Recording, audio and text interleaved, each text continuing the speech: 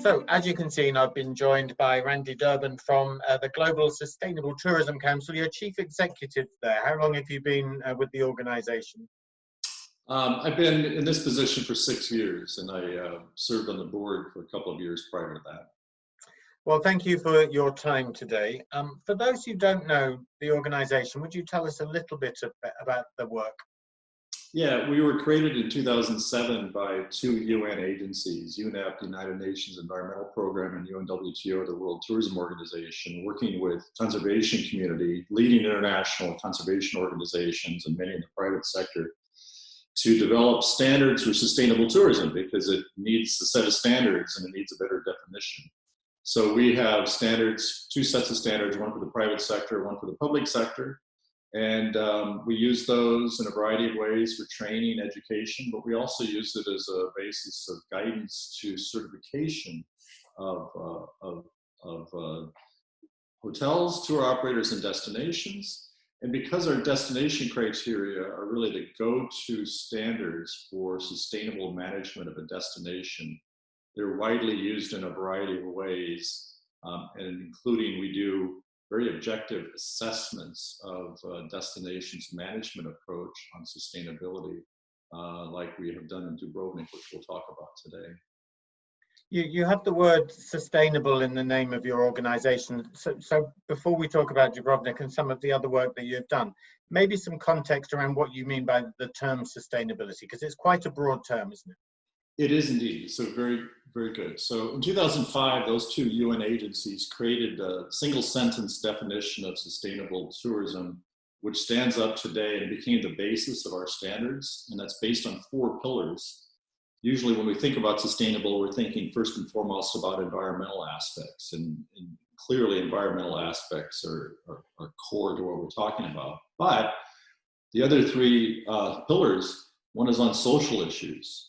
And so within the standard, we're looking at fair labor practices. We're looking at the human trafficking that tourism can be engaged in, if not monitored and managed. And so a number of social issues, and then cultural issues. And there's 2 sides of that.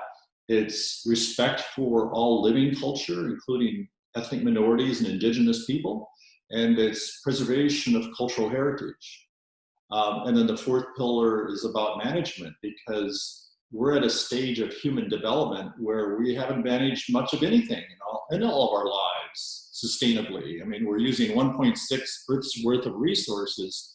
So sustainable tourism needs to be more sustainable, because everything we do, all of our endeavors as human beings, needs to be much more sustainable. So it's on all those fronts of environmental protection, but social, avoidance of damage and harm, and then the cultural elements that I said. So we have this very broad definition of sustainability, and it's reflected within our standards known as the GSTC criteria.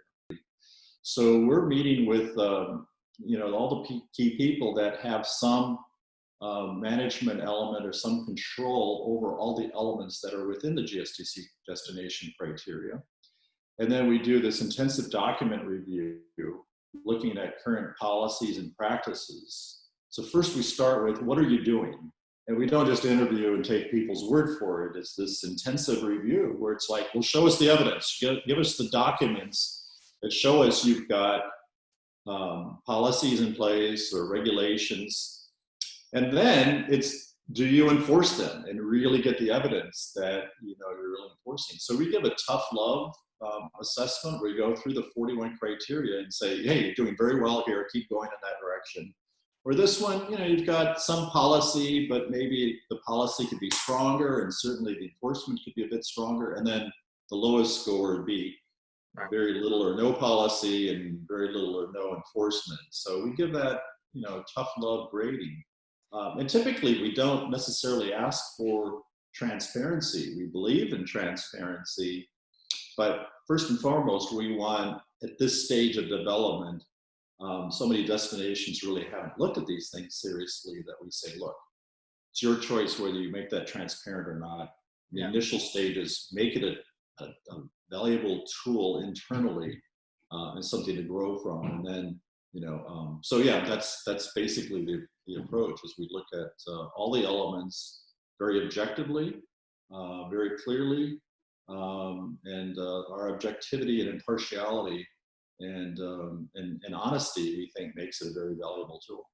I love the expression tough love. It sounds like you're pretty tough on some of these destinations. Let's talk about Dubrovnik. They obviously had, they've been in the news for a couple of years. So what was the work done in Dubrovnik and what kind of assessment was done? Well, so Dubrovnik, to their credit, the mayor personally is very engaged.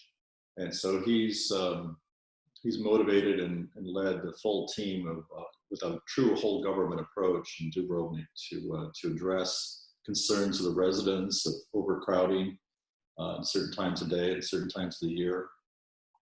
And so at least 2 years ago, maybe it's been 3 years, something like that, they worked with CLIA, the Cruise Line International Association, to work on dispersion of the visitors off cruise ships, and to try to have limits in the first half of the day in the morning and then limits in the afternoon. And they've had some good success with that, and their full plan they intend to implement in 2021. But that kind of got them going. And then we've been working with CLIA and some other destinations and some of CLIA's members at various cruise port destinations around the world for several years. And so CLIA suggested to the mayor's office, so why don't we bring GSTC in and take a holistic approach of your overall management of your tourism? And they enthusiastically said yes. So this is a partnership of CLIA and the mayor's office and ourselves to come in.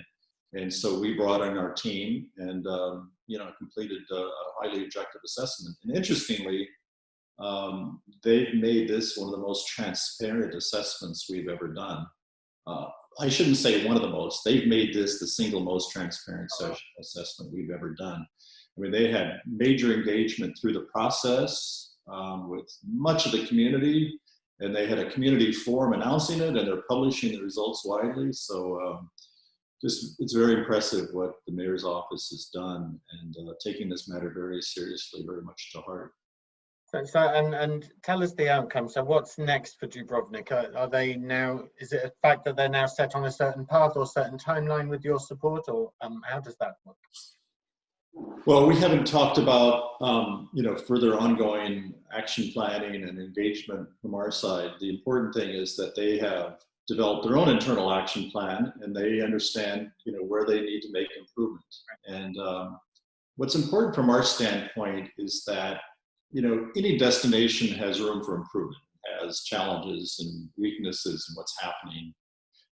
The exciting thing about what's happened in Dubrovnik is that the leadership of the municipality has made it very clear that they're very committed to a process. And we have within the criteria just vital elements of process that include meaningful public participation and include meaningful multi-stakeholder involvement from again, as I said, whole government, multiple agencies, but also meaningful engagement with the private sector. Everybody needs to be heard.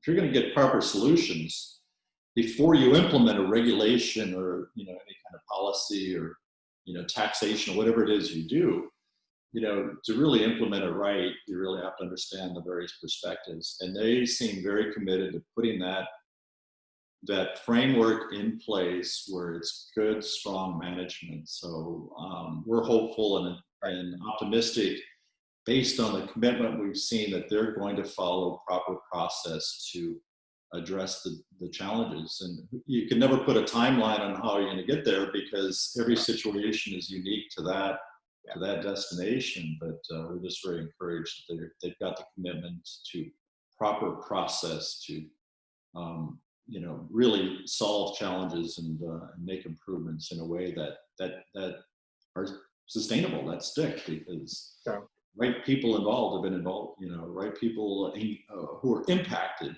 are engaged in the process. Randy, thank you so much for your time today. Thank you for explaining some of that valuable work you do. Thank you very much indeed. You're very welcome. Thank you.